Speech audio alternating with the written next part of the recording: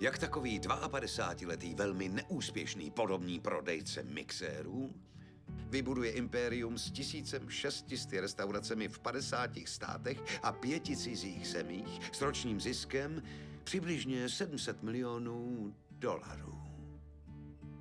Jediné slovo. Vytrvalost.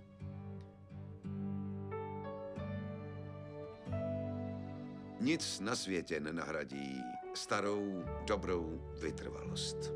Ani talent. Není nic častějšího než neúspěšní, talentovaní lidé. Ani genialita.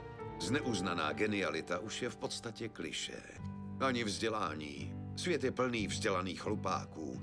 Vytrvalost a odhodlanost jsou všemocné.